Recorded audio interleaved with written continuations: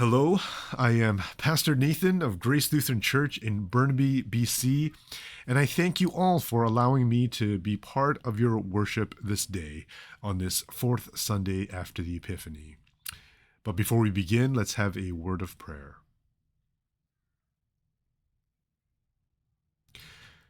Holy God, your blessings are abundant and reach every person. Fill us with your Spirit that we might hear you speaking, see you working, and lean on your everlasting and eternal wisdom and love through Jesus Christ. Amen. As you may or may not know, I love movies. I love being able to unplug for a little bit and get lost in the story, the cinematography, and the overall production of a well put together film. You know, I'm not a super hardcore cinephile or whatever they call those movie buffs, but I can be a little more critical than your average moviegoer, especially when the movie is based on something that I'm really familiar with. Things like the Bible, or comic books, or a TV show from my childhood.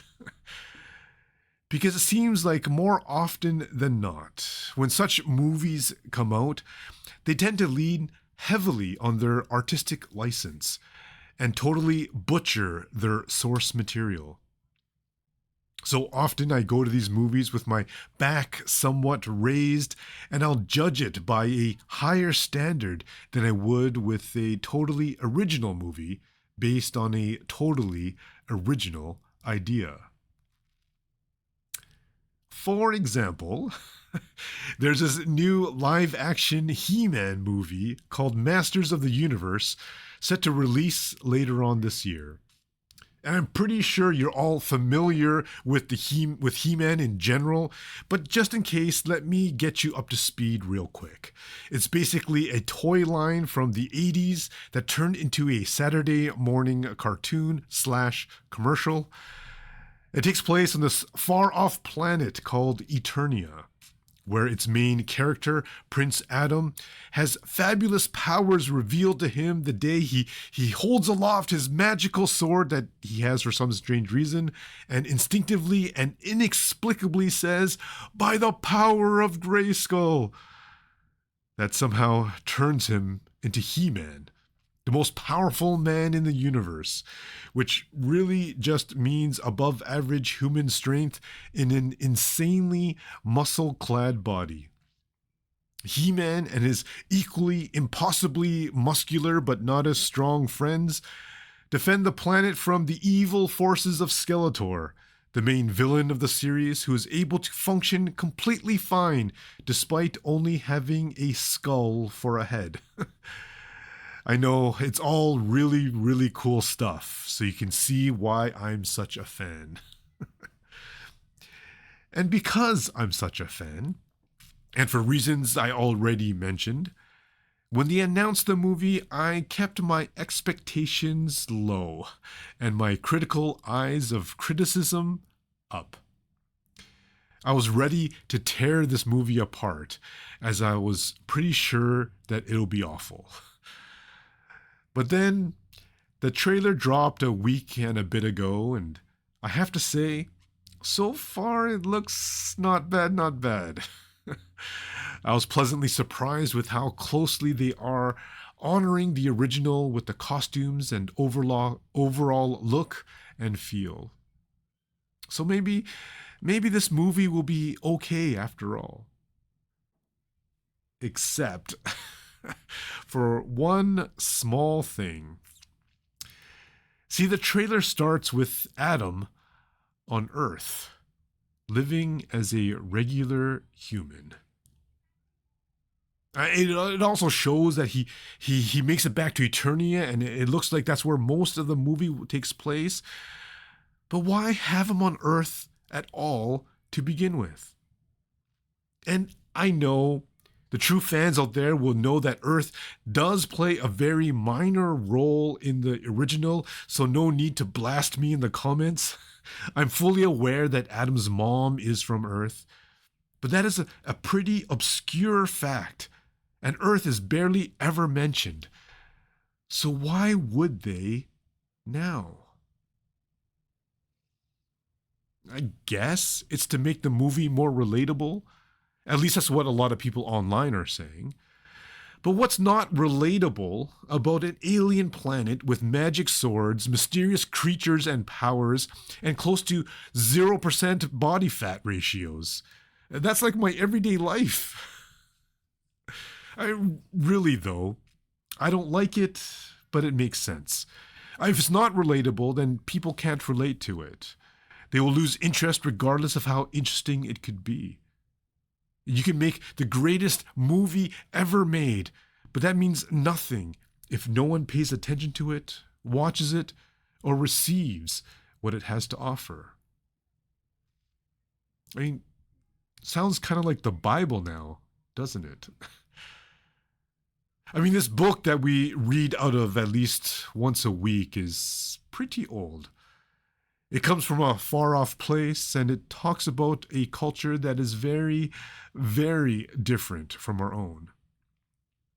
How can it be expected of us to relate to it in any way whatsoever? I take the text that we get for today, for example. I mean, it's a very well known portion from Jesus' Sermon on the Mount called the Beatitudes.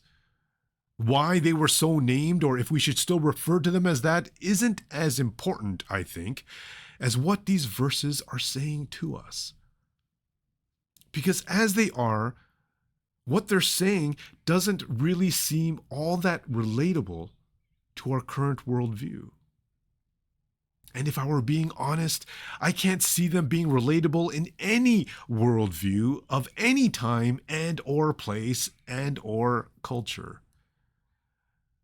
What I mean is, Jesus here is lifting up traits that no one is really trying out for. Jesus honors these personality defects that are more of a woe than anything else.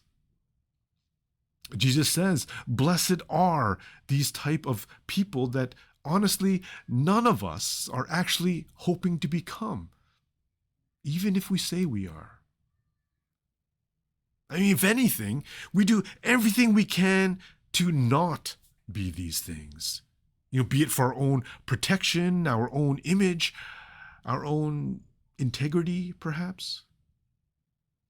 I mean, in all our programming and teaching and ministry in our churches, don't we try to get people to be stronger, bolder, and more enriched in their faith and spirit? Don't we fight those who fight us, protest against those we disagree with, and persecute anyone who doesn't fit our image of what we think God calls us to be?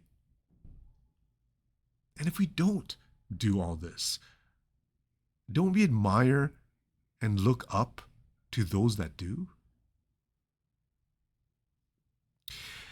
Now, I'm not saying that it's bad to do these things or that we shouldn't do them, but I'm saying that what Jesus declares as blessed are not at all these things. Jesus' list, at its very core, is foreign to us, different from what we're used to, and unrelatable, to say the least. So what does this mean? That we aren't blessed? That we're woed? That God doesn't love us as much because we're not lost, we're not weak, we're not, for the lack of a better term, unsaved? Well, of course not. We know that's not at all true. But what I think is going on here is that Jesus is revealing to his disciples, the crowd within earshot, and to us, how those that we might assume aren't included in God's plan actually are included. The point of this portion of his sermon is to show how those who we think don't belong actually belong. I think we're being taught that those we feel aren't deserving of blessing are actually blessed anyway. Mind you, not any more than we are blessed. I mean, the text doesn't say that, but just as we are blessed, when others might not think we deserve it either. Again, this isn't to say that we should stop learning or our proclaiming or our justice seeking. But it is to say that God's love for us isn't dependent on these things. God's presence among us isn't evoked by any of that. God's blessing isn't something that we can choose for ourselves or earn or ever deserve. It might not even seem relatable to us. But we get it anyway.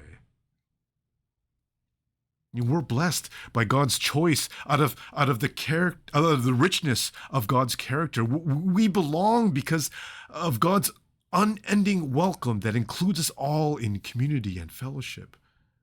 We are saved by God's care and compassion that covers each and every one of us, not because we have a certain level of education or understanding, not because we have accomplished, done, and said all the right things, not because we force ourselves into some box or mold that really isn't us, but because God is God, full of grace, mercy, and love. Love for you, love for me, and love for all people, wherever or however they may find themselves. So again, I'm not saying that we should stop doing what we're doing or start doing what we're not. I'm not saying that we aren't good people and we need to do better.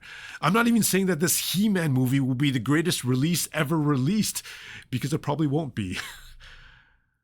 But what I'm saying is that we needn't judge others or ourselves based on who we are or our merit.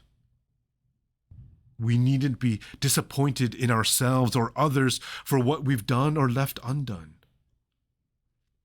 We needn't ever be worried or question our position in God's family and love. Because, my friends, we are blessed when we are strong or when we're weak, when we are knowledgeable or when we're ignorant, when we are in plenty or when we are in want, when we are in control or when we've totally lost it, when we're all that we are and when we aren't quite, when we totally get it and when we can't at all relate, when we are this or that and anything in between. We are blessed. Thanks be to God. Amen.